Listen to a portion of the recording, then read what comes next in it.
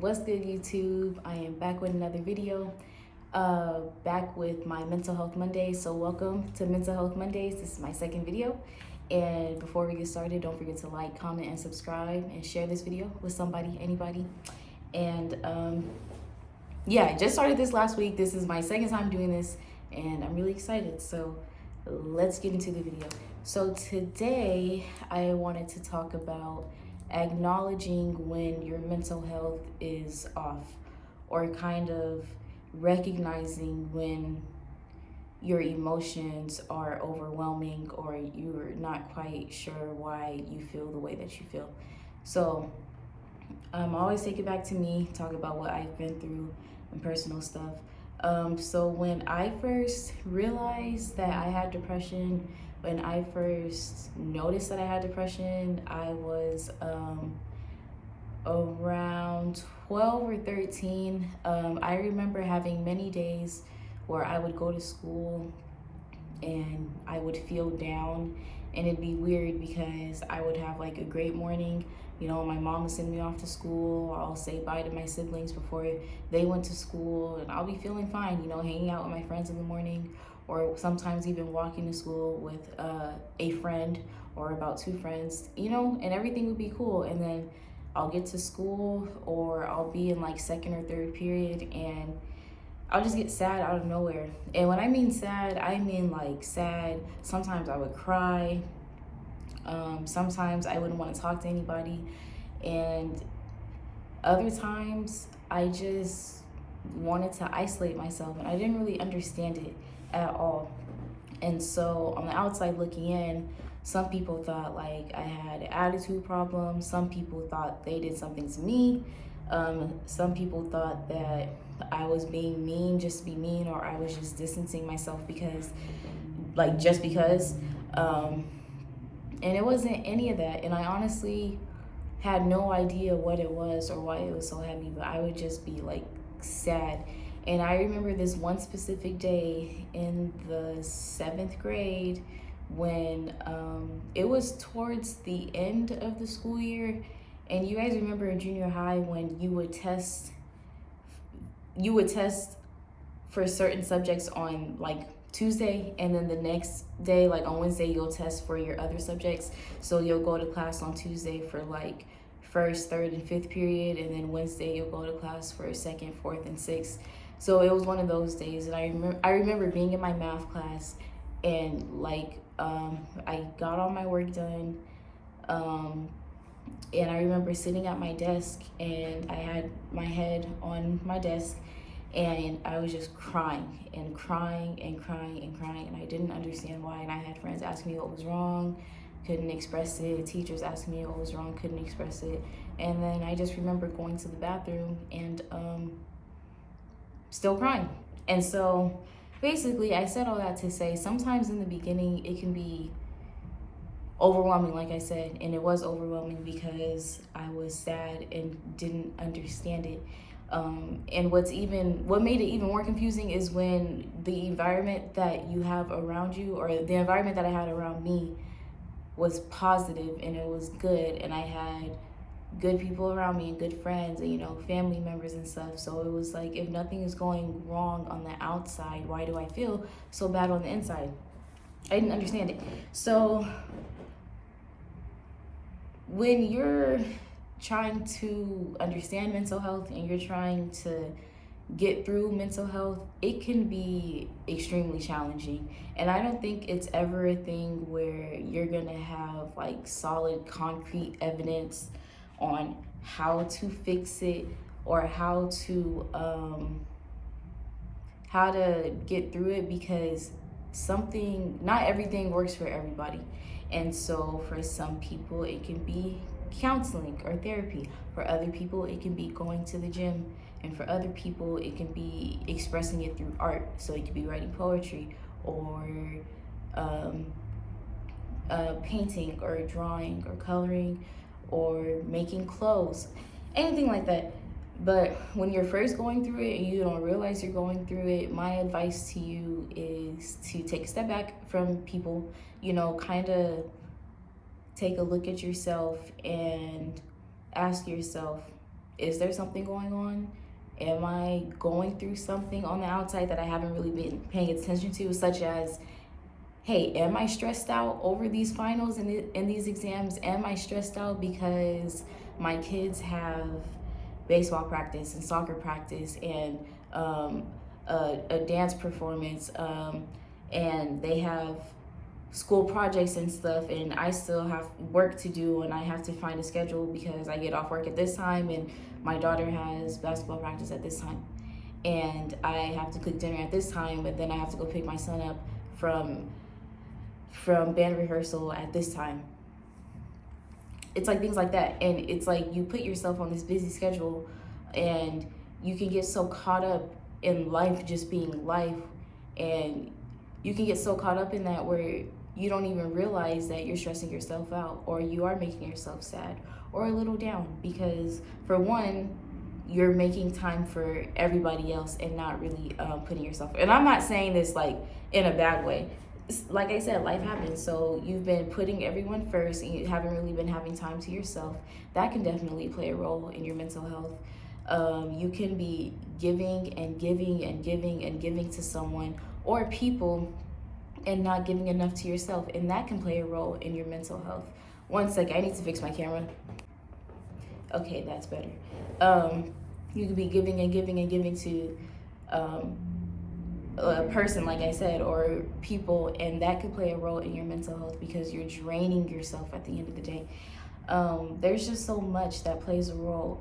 What helped me when I first recognized it and acknowledged it, what helped me, and even though it was extremely difficult at first, was talking.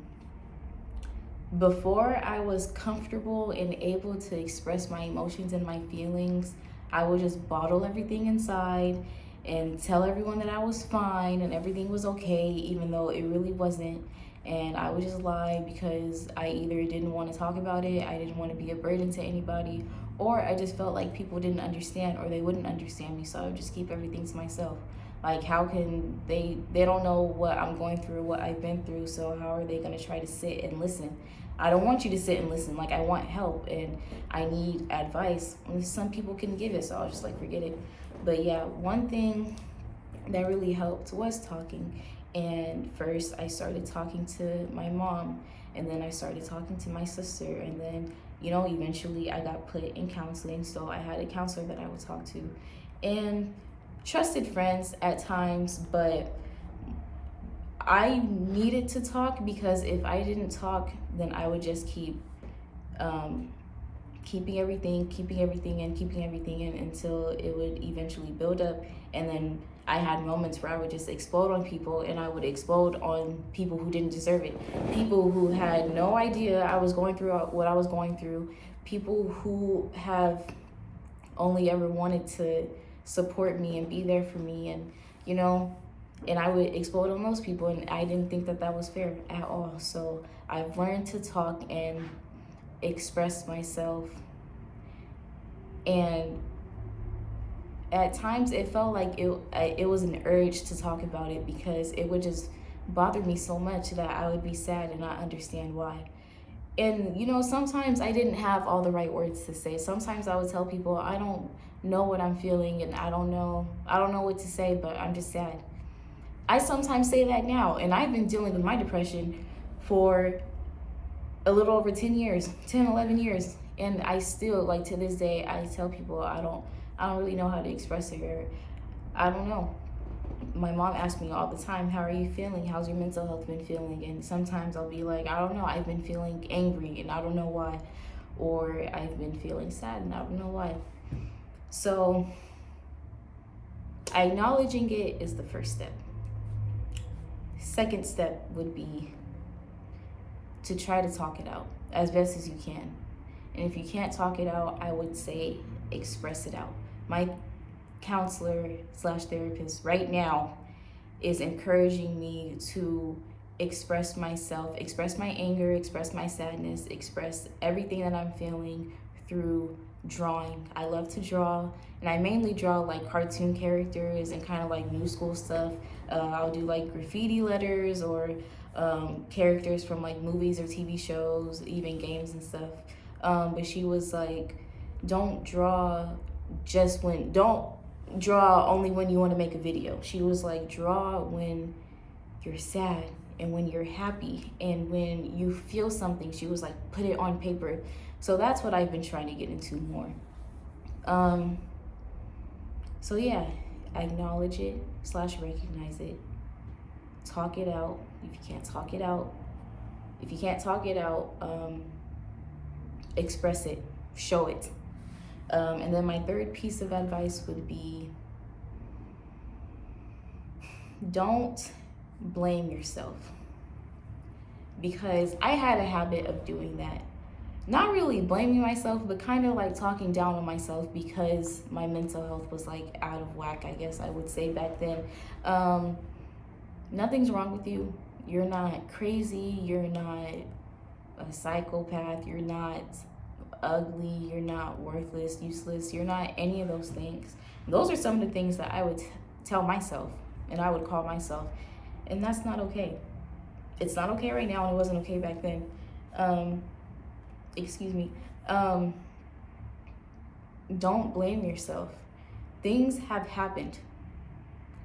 And I've acknowledged that things have happened. I've acknowledged I can't go back in the past and change it. I've acknowledged that I am an adult now and I have the right and the choice to want to better myself or allow my past to reflect who I am, and I refuse to do that. I refuse to allow my past to give me any type of, my bad past, I refuse to allow that to give me any type of sadness or guilt or any of that anymore. I've spent years just dwelling on it and just thinking about it, but it's like those events happen that caused my mental health to be where it's at today. But I had the choice to get back up and take care of it and take care of myself. So no, I'm not useless. I'm not worthless. You want to know why? Because I choose me every day. I wake up every day and decide to get out of bed and make something of myself. And not only make something of myself, but be something, and be something for other people, and be a voice. And I decided to step out and say, yep, it's me too. It happened to me too. It's happening to me too. And I'm here to help people.